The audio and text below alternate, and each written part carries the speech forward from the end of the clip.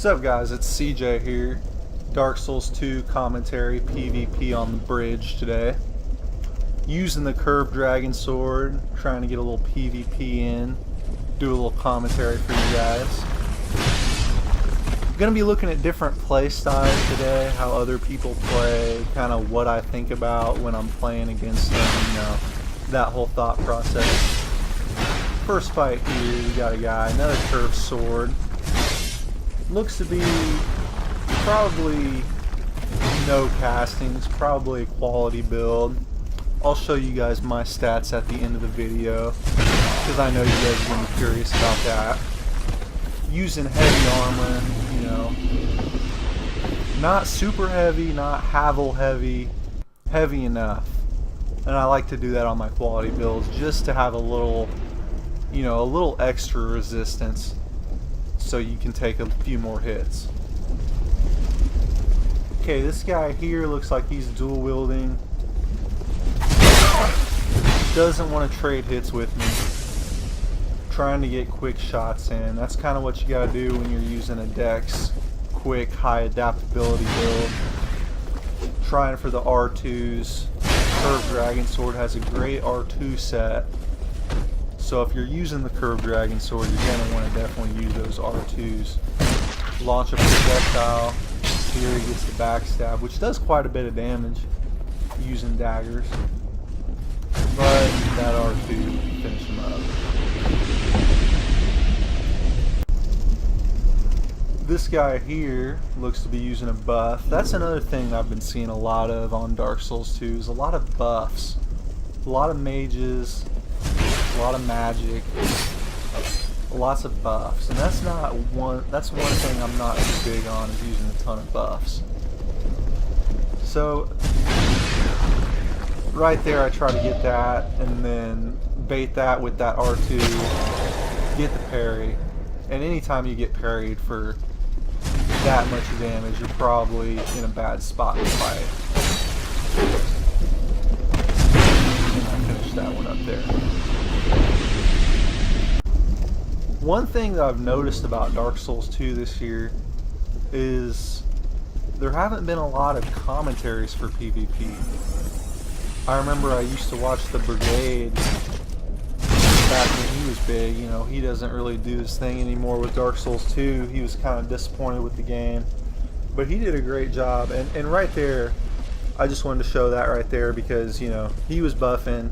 I got the backstab. I figured I'd back off, let him heal up, because it's not all about the wins for me.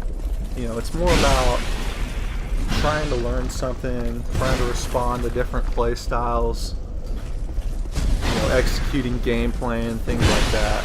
But back to what I was saying about the Brigade, I used to watch the Brigade's videos just non-stop, and I felt like he did a good job just kind of explaining what was going on in PvP, things like that. Lots of tactics, information, you know, why you're doing what you're doing. But enough about that.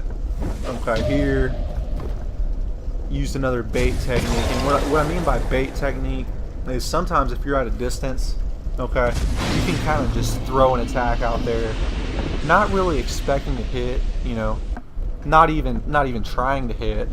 And then a lot of times, especially in this game, is people will run up and try to attack, and you know, they're using that window of opportunity from your last attack to try to counter, so then you can use that to your advantage by getting a parry off, and most of the time it actually works.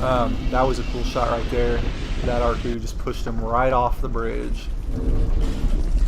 Okay, this is an interesting fight. I threw this in here. You'll see here in a little bit what I'm talking about. Looks like an interesting fight right away. You know, we're just squaring off at this point. Great sword, curved great sword. He's got heavy armor. You know, taking a few shots here and there. And then it kind of starts to get a little sketchy here in a second. You'll see what I mean. See, right here, you can kind of tell. I go in for this two-handed R1 running, and then frozen, and then bam, he got it. nothing I can really do about that as he moonwalks back across the bridge. Here we go. Here's another GMB user, Great Magic Barrier, and I heard like a lightning sound in the background, so I kind of turn around there, you know, make sure it's not a gank squad, and then I kind of realized that he's got that ring, whatever ring it is, that hides his weapon and shield. So he's got a buffed weapon that you can't see, you don't know what it is. You know, you can kind of tell by how he's swinging it and the range of it that it's an Uchigatana, but really there's no other tell. So that's a pretty good build on this guy's part. I don't know if he legit went through and, you know, completed the game without bonfires or deaths, which is the requirement to get those rings. But I mean, if he did, props to that guy, because that's not something I would be able to do, especially, you know, when you get up into like New Game Plus, stuff like that, which this PvP is New Game Plus here. This guy here is using really heavy armor, got his buff on, so he's kind of trying pretty hard here, and it looks like he's got a decent amount of stamina, so he's probably above the 150 meta that I like to use. I say meta, but it's not really an actual meta because it goes off that soul memory garbage, which doesn't make any sense to me. So I probably shouldn't have even stopped at 150. I probably should have just kept going. But I don't know if you caught that. I used my bait technique again and got the parry with the riposte. So that's a good move there. This was an interesting fight. This guy was a pure caster, okay, from what I saw. I kind of was trying to get him to use melee. Right here, I'm just kind of rolling around trying to trigger those crystal homing soul masks. And there you can see he has a weapon out, but he's going to switch to a, I don't know what it is, I guess it's a glove or pyro glove, or I don't know, but there was a time here where I gave him a chance to hit me. It's coming up right here. I'm just kind of slow walking, waiting for him to bring his weapon out. Doesn't choose to do that, so I hit him with one of these before he can get his cast off. Those R2s are dangerous. And then I kind of finished him off here. I mean, interesting fight for a pure caster. This is the last fight of the video here, going against the Dragon Bro. And this guy uses the backstep very well. The backstep for a weapon with thrusting is really a strong technique, because if you can, you know, you eliminate the need to roll, you know, backwards and then attack, you can just backstep and then lunge forward with an attack of your own. So that's something I expect to see a lot of moving forward once that gets out in the open, that backstepping is really overpowered. And then also I kind of get the feeling that this guy has high adaptability. On my build now, I'm not rocking too much adaptability, just a little bit, just so I can kind of get ahead of the people, you know, that have 0, so I can have a little more invincibility frames. But I'm kind of just having a little chess match with this guy now. I kind of, you know, my counter for his backstepping was that R2, because you see the weapon coming, and you want to counter with the backstep. Well, if it's a projectile, then you don't really have that option, because you're going to be hit with the projectile immediately.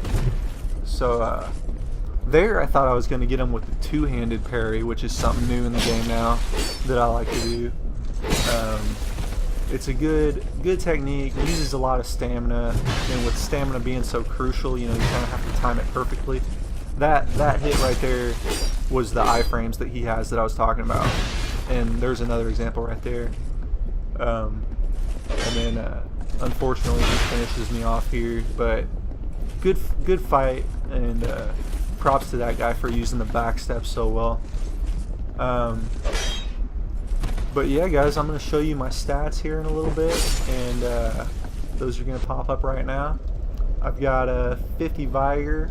Health is pretty high. I'm using a Ring of Life, or Ring of, yeah, I think it is Ring of Life, +1. I haven't beat the game yet on New Game Plus 2, so I don't have those upgraded rings, but yeah, 40/40 build. Curved Dragon Sword, +5. The Life Ring, Blades Ring, and Chloranthy Ring are all +1.